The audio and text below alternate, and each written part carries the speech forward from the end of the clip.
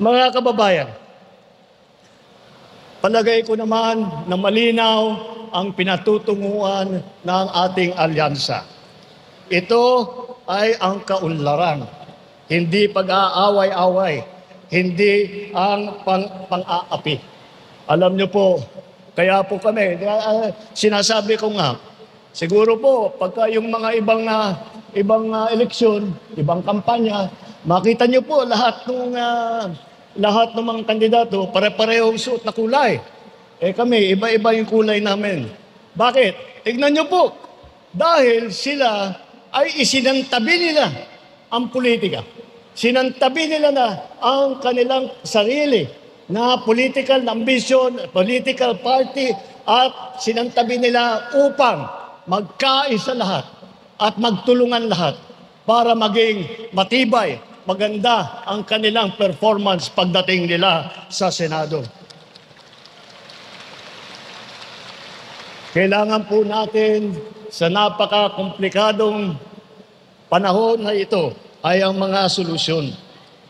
Hindi po natin kailangan yung mga maiinit at maanghang na salita na wala namang kinalaman para sa kabubuti ng ating lipunan, sa ikabubuti ng ating kabuhayan. Ang mga kandidato ng alyansa ay kasama natin sa pagtataguyod ng interes at kapakanan ng bawat isang Pilipino. Ipaglalaban natin ang ating soberanyo at karapatan sa pamamagitan ng diplomasya at ng dignidad. Hindi natin isusuko ni isang pulgada ng ating teritoryo at hindi tayo kailangan sumunod sa kahit na sino pa dahil ang Pilipino lang ang may karapatan na magkaroon, na gamitin at magkaroon ng hanap buhay sa ating teritoryo. Hindi po ang mga dayuhan. Sa laban kontra naman sa krimen at sa droga, hindi natin kailangan dumaan sa madugong solusyon. Wala kaming paniniwala na ang solusyon sa droga at saka sa krimen ay pumatay ng libo-libo na Pilipino. May tamang paraan po para tiyakin ang kapayapaan at kaayusan.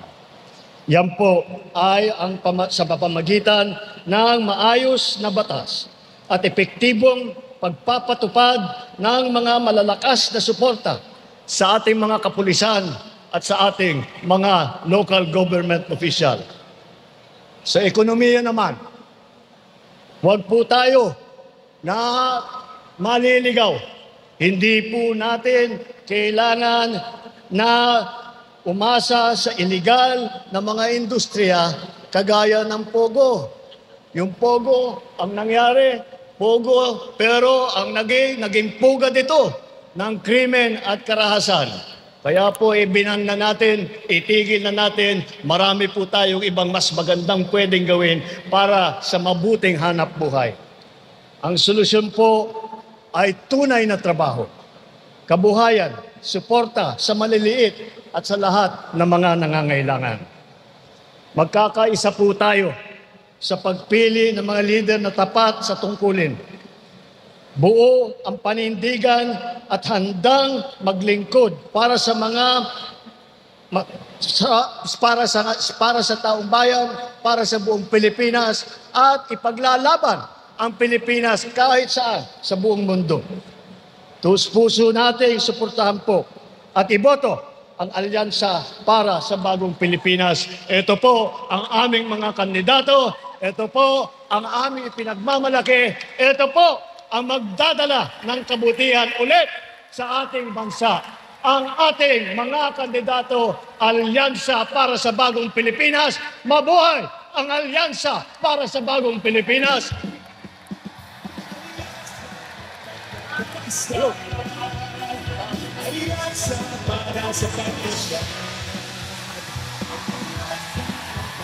Muli mga kababayan, ang Pangulo ng Republika ng Pilipinas, His Excellency Ferdinand Romualdez Marcos Jr.